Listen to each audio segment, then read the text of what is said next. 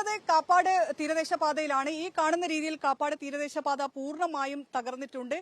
വലിയ രീതിയിൽ കഴിഞ്ഞ മഴക്കാലത്ത് കാലവർഷക്കാലത്ത് ഇതേ രീതിയിൽ പല ഭാഗങ്ങൾ തകർന്നിട്ടുണ്ടായിരുന്നു. പക്ഷേ ഇതൊക്കെ ഇന്നലെ ഉണ്ടായിരുന്നു. ഇന്നലത്തെ കടൽക്ഷോഭത്തിൽ തകർന്നതാണ്. നിങ്ങളൊക്കെ സ്ഥിരം ഇതിലെ യാത്ര ചെയ്യുന്ന ആൾക്കാരാണോ? യാത്ര ചെയ്യുന്ന ആൾക്കാരാണ്. ഇത് എല്ലാ വർഷവും ഇങ്ങനെയാണ്. എത്ര നന്നാക്കിയാലും തകർന്നുകൊണ്ടിരിക്കുക. അപ്പൊ ഇന്നലെയാണോ കൂടുതലായിട്ട് വന്നത്? ഇന്നലെയാണ് ഇത്രത്തോളം അധികമായി വന്നത്. ഇതിലെ കാൽനട യാത്ര പോലും അസാധ്യമാണ് എന്നുള്ളതാണ് നമുക്ക് പറയാനുള്ളത്. നേരത്തെയൊക്കെ കാൽനട ശരിക്കും നടന്നു പോകാനുള്ള ഒരു വഴിയെങ്കിലും അവശേഷിക്കുമായിരുന്നു. പക്ഷേ ഇന്നലെ ഉണ്ടായിരുന്ന കടൽക്ഷോഭത്തിൽ ഈ രീതിയിൽ കടലെടുത്തിട്ടുണ്ട്. ഞാനിപ്പോൾ നടക്കുന്നത് ആകെ ഈ ഒരു ഭാഗം മാത്രമേ ഉള്ളൂ. നടന്നു പോകാനുള്ളത് എന്ന് പറയുന്നത് ഈ ഒരു ഭാഗം മാത്രമേ ഉള്ളൂ.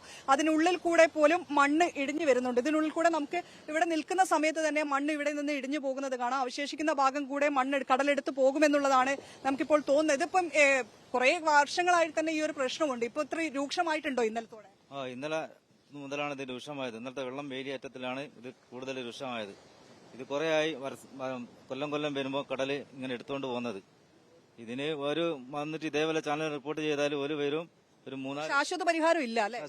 ഇതുവരെ പരിഹാരം ഉണ്ടെങ്കിൽ പുളിമുട്ട് നിർബന്ധമാണ് ഇവിടെ. എന്നിട്ട് റോഡിന്റെ പണി നടക്കാൻ പറ്റുള്ളൂ. ഇവിടെ ഇപ്പൊ മണ്ണ് എടുത്തു പോകുന്നുണ്ടല്ലോ അല്ലെ?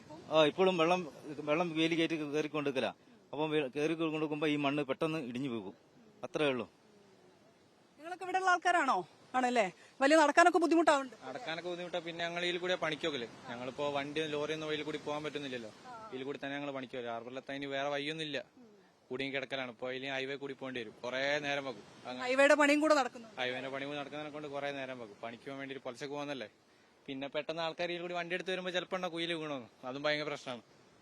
തീരദേശ പാതയാണ്. ഇതിലൂടെയാണ് അതായത് തിരുവങ്ങൂരിൽ നിന്നും കൊയിലാണ്ടി ഹാർബറിലേക്കൊക്കെ ആളുകൾ പോകാൻ വേണ്ടി ആശ്രയിക്കുന്ന തൊഴിലാളികളും മത്സ്യത്തൊഴിലാളികളും ഉൾപ്പെടെ ആശ്രയിക്കുന്ന ഒരു പാത കൂടിയാണിത്. ആ പാതയാണ് ഇപ്പോൾ പൂർണ്ണമായി നമുക്ക് ഈ കാണാവുന്ന രീതിയിലേക്ക് തകർന്നിട്ടുള്ളത്. ഇനി നന്നാക്കിയെടുക്കാൻ എല്ലാ കാലവർഷത്തിലും തയ്യാറുണ്ട്. പക്ഷെ താൽക്കാലിക ഒരു സംവിധാനം ഒരുക്കാറാണ് പതിവ്. പകരം ഒരു പാത ഇതിലൂടെ വരുന്നുണ്ട്. പക്ഷെ ആ പാതയുടെ പണി നിർമ്മാണ പ്രവൃത്തികളൊന്നും തന്നെ ഇതുവരെ ആരംഭിച്ചിട്ടില്ല. കാപ്പാട് ഈ രീതിയിൽ തന്നെ പല സ്ഥലങ്ങളിലായിട്ട് ഈ നമ്മൾ നേരത്തെ കണ്ട ദൃശ്യങ്ങളിൽ പോലെ തന്നെ ഒരു ഭാഗത്ത് മാത്രമല്ല അത് പല ഭാഗങ്ങളിലായി തന്നെ കാപ്പാട് ഈ റോഡ് ഈ രീതിയിൽ തകരുകയും ചെയ്തിട്ടുണ്ട്. വലിയ നാശനഷ്ടങ്ങൾ കോഴിക്കോട് ജില്ലയിൽ റിപ്പോർട്ട് ചെയ്യുന്നുണ്ട്. ഒപ്പം തന്നെ മാവൂർ പഞ്ചായത്തിലെ താഴ്ന്ന ഭാഗങ്ങളിലെല്ലാം തന്നെ വെള്ളം കയറിയിട്ടുണ്ട്. അവിടെ നിന്നും ഒരു കുടുംബത്തെ ഇതിനകം മാറ്റിപ്പാർപ്പിച്ചു. കടലുണ്ടി പഞ്ചായത്തിലും സമാനമായ രീതിയിൽ തന്നെ വെള്ളം കയറുന്നുണ്ട്. കടൽ പ്രക്ഷുബ്ധമായാൽ കടലുണ്ടിയിൽ ചാലിയം ഭാഗങ്ങളിലെല്ലാം തന്നെ വീടുകളിലേക്ക് വെള്ളം കയറാറുണ്ട്. എല്ലാ വർഷവും അവരനുഭവിക്കുന്ന ദുരിതമാണ്. ഇപ്പോൾ കടൽ ക്ഷോഭിക്കുന്ന ഒരു സമയമാണ്. കടൽ കൂടുതൽ പ്രക്ഷുബ്ധമായി കൊണ്ടിരിക്കുന്നുണ്ട്. ഇങ്ങനെ കടൽ പ്രക്ഷുബ്ധമായി കഴിഞ്ഞാൽ ഈ തീരദേശ പാതയുടെ അവസാനിക്കുന്ന ഭാഗങ്ങൾ കൂടെ മറ്റു ഭാഗങ്ങൾ കൂടെ കടലെടുക്കുമെന്നുള്ളതാണ് ഈ പ്രദേശത്തുള്ളവർ പറയുന്നത്.